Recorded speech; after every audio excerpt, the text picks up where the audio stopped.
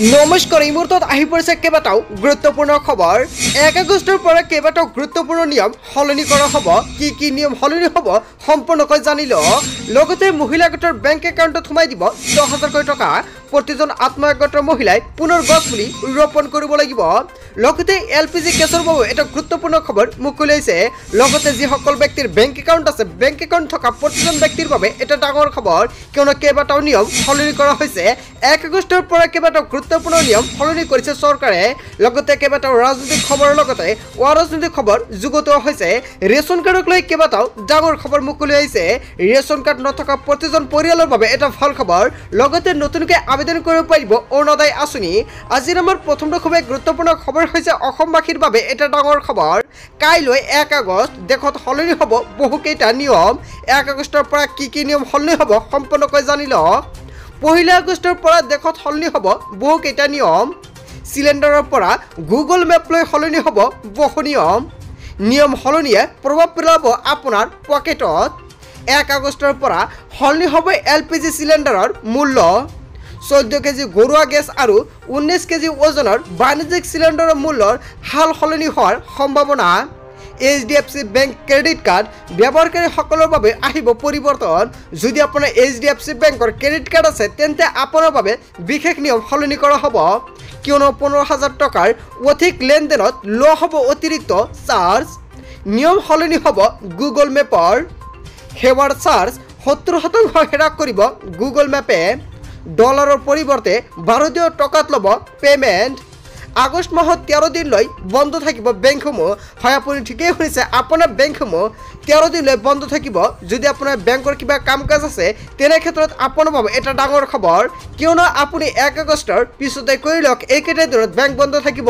কিয়নো আপোনালোকে সকলোৱে জানে ৰাখী বন্ধৰ লগতে জন্মাষ্টমী স্বাধীনতা দিৱসকে ধৰি শনিবাৰ ৰবিবাৰ মিলাই 13 দিন বন্ধ থাকিব বেংকসমূহ আৰু তাৰ বাবে আপোনালোকে এইকেইটা নিয়ম মানিব লাগিব লগতে আৰু কেইবাটাও নিয়ম সম্পূৰ্ণকৈ প্ৰকাশ কৰা হৈছে যিকেইটা আপোনালোকক আন এটা ভিডিঅ'ত সম্পূৰ্ণকৈ জনাই দিম 1 আগষ্টৰ নতুন ভিডিঅ'ত তাৰ পিছত অসমবাসী ৰাজ্যক জনাইছো আমাৰ 2 নম্বৰটো খুবেই গুৰুত্বপূৰ্ণ খবৰ লগতে ডাঙৰ খবৰ হাতত মাত্ৰ 24 ঘণ্টা আজি পৰিশোধ কৰক আপোনাৰ আয়কৰ অন্যথা ভৰিব লাগিব জৰিমনা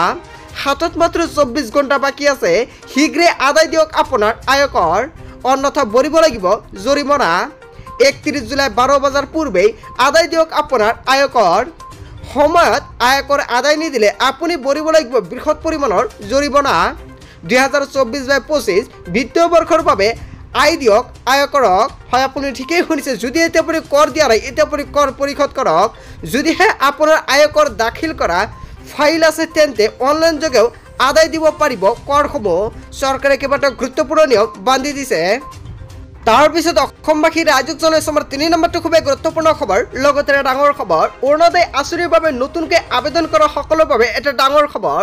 10 তাৰিখে লাখ লাখ লোকে লাভ কৰিব টকা আপোনাৰ বেংক একাউণ্টত কৰক এইকেইটা গুৰুত্বপূৰ্ণ কাম নহ'লে আপুনি অৰুণোদয় আঁচনিৰ টকাৰ পৰা বঞ্চিত হ'ব অৰুণোদয় প্ৰতিজন হিতাধিকাৰীৰ বাবে এটা ভাল খবৰ 10 তাৰিখে লাখ লাখ লোকৰ একাউণ্টত সোমাব টকা কোনে কোনে লাভ কৰিব এই টকাসমূহ অৰুণোদয় আঁচনি লাখ লাখ হিতাধিকাৰী একাউণ্টত জমা হ'ব 1250 টকাকৈ বৃদ্ধ পেঞ্চন আঁচনিৰ ধন হ'ব আপোনাৰ বেংক একাউণ্টত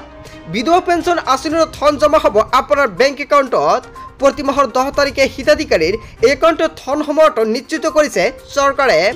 যদিহে আপোনাৰ বেংক একাউণ্টৰ KYC আপডেট কৰা নাই শীঘ্ৰেই কৰি লওক KYC আপডেট কিয়নো আধাৰ কাৰ্ডৰ সৈতে লিংক কৰক বেংক একাউণ্ট কেৱল ইয়াই নহয় পান আধাৰ কাৰ্ড দুয়োটা নম্বৰ সৈতে লিংক কৰিব লাগিব আপোনাৰ বেংক একাউণ্টৰ লগত যদি আপোনাৰ বেংক একাউণ্টৰ লগত পান কাৰ্ড আৰু আধাৰ কাৰ্ডটো লিংক কৰা নাই তেনে ক্ষেত্ৰত আপুনি 31 জুলাই আগতে কৰি লওক আৰু বেংক একাউণ্টত পান আধাৰ লিংক হোৱাৰ পিছত আপোনালৈ OTP আহিব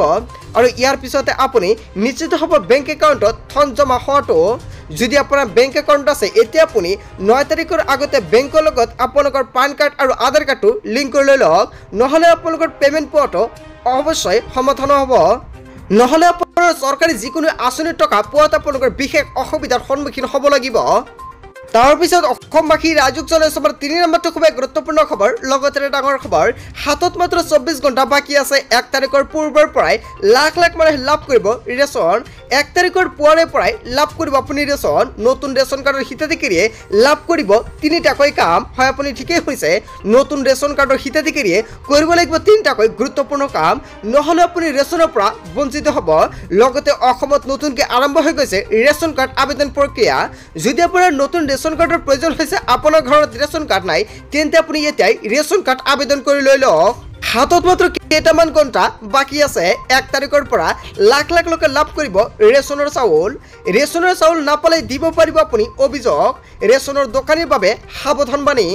আপুনি লিখি লওক দুটাকৈ নম্বৰ ফোন নম্বৰ দুটা হৈছে 1800345361 অথবা 1967 নম্বৰ এই দুটা নম্বৰতে ফোন কৰি দিব পাৰিব অভিযোগ দোকানীৰ লগতে গ্ৰাহকসকলে মানি চলিব লাগিব কেইবাটাও নিয়ম 1 তাৰিখৰ পৰা 10 তাৰিখৰ ভিতৰত লাভ কৰিব লাগিব ৰেচন গ্ৰাহকসকলে মনত ৰাখিব ৰেচনৰ চাউল সংগ্ৰহ কৰাৰ সময়ত দিয়ক আপুনি ফিংগাৰপ্ৰিণ্ট দিহে সংগ্ৰহ কৰক ৰেচন লগতে ৰেচনৰ সময়ত আপুনি ফিংগাৰপ্ৰিণ্ট দিয়াৰ পিছত ৰচিদটো ল'ব লাগিব ই-পষ্ট মেচিনৰ দ্বাৰা দিয়া ৰচিদ ল'ব লাগিব হিতাধিকাৰীসকলে অন্তদয় অন্ন যোজনাৰ অধীনত 35 কিলোকৈ চাউল লাভ কৰিব হিতাধিকাৰীসকলে অগ্ৰাধিকাৰ পৰিয়ালে 5 কিলোকৈ চাউল লাভ কৰিব ৰেচন হিতাধিকাৰীয়ে ৰেচন সংগ্ৰহ কৰি ল'ব লাগিব ৰচিদ য'ত অসমবাসী ৰাইজক জনাইছো আমাৰ 4 নম্বৰটো খুব গুৰুত্বপূৰ্ণ খবৰ লগতে ডাঙৰ খবৰ আগষ্ট 2021 পৰা আগষ্ট 2023 লৈ ই-শ্ৰম পৰ্টেলত পঞ্জীভুক্ত হোৱা প্ৰতিজন ব্যক্তিয়ে লাভ কৰিব নতুন ৰেচন কাৰ্ড যিসকল ব্যক্তি ৰেচন কাৰ্ড নাই এতিয়া আপুনি ৰেচন কাৰ্ড আবেদন কৰক আপুনি কেনেকৈ ৰেচন কাৰ্ড আবেদন কৰিব পাৰিব সবিশেষ জানিব পাৰিব ভিডিঅ'টোৰ জৰিয়তে অসম চৰকাৰে এটা গুৰুত্বপূৰ্ণ পন্থা হাতত লৈছে তলত সম্পূৰ্ণকৈ চৰকাৰে উল্লেখ কৰিছে চাওকে দিয়া আছে অসমৰ প্ৰয়োজিত শ্ৰমিকসকলে বিশেষ সুবিধা প্ৰদান কৰিব চৰকাৰে শ্ৰমিকসকলে ই-শ্ৰম.gov.in পৰ্টেলত পঞ্জীভুক্ত হোৱাটো বাঞ্ছনীয় লগতে নতুন ৰেচন কাৰ্ড লাভ অথবা ৰেচন কাৰ্ডত নাম অন্তৰ্ভুক্ত কৰাৰ বাবে প্ৰপত্ৰ ফৰ্ম চি সংগ্ৰহ তথা সম্পূৰ্ণ তথ্যসহ প্ৰপত্ৰ ফৰ্ম চি পূৰণ কৰি জমা দিয়াটো প্ৰয়োজনীয়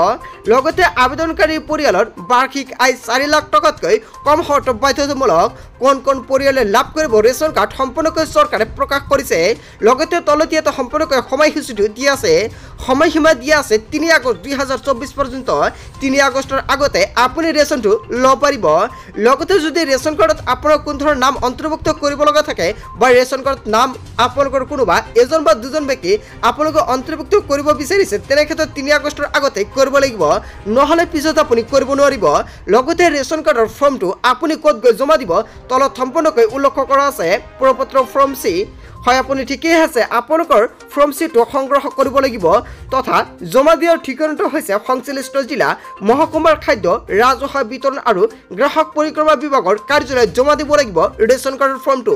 যিসকল ব্যক্তি ভাবিছে নতুনকৈ ৰেচন কাৰ্ড আবেদন কৰিব পাৰিব তেনে ক্ষেত্ৰত এতিয়া আপুনি ৰেচন কাৰ্ডৰ ফৰ্মটো সংগ্ৰহ কৰক কিয়নো ফৰ্ম চি আপুনি যাৰ পৰা আবেদন কৰিব বা যাৰ পৰা জমা দিব ফৰ্মটো তাৰ পৰা আপুনি ফৰ্মটো ল'ব পাৰিব লগতে ফৰ্মটোৰ লগত আপোনাৰ জমা দিব লাগিব ই-শ্ৰম কাৰ্ডটো যিসকল ব্যক্তি আগষ্ট 2021 পৰা আগষ্ট 2023 ভিতৰত ই-শ্ৰম কাৰ্ড বনাইছে অকল সেইসকল ব্যক্তিয়ে লাভ কৰিব পাৰিব ৰেচন কাৰ্ডৰ এই বিশেষ সুবিধা বন্ধু-বান্ধৱীসকল গোটেই অসম তথা ভাৰতৰ বিভিন্ন প্ৰান্তৰ পৰা যুগুত হৈছে কেইবাটাও ডাঙৰ খবৰ এনেবোৰ খবৰ নিতেও পাই থাকিবলৈ চেনেলটি সাবস্ক্ৰাইব কৰি ভিডিঅ'টো এটা লাইক কৰিবলৈ নাপাহৰিব so thank you for watching full video'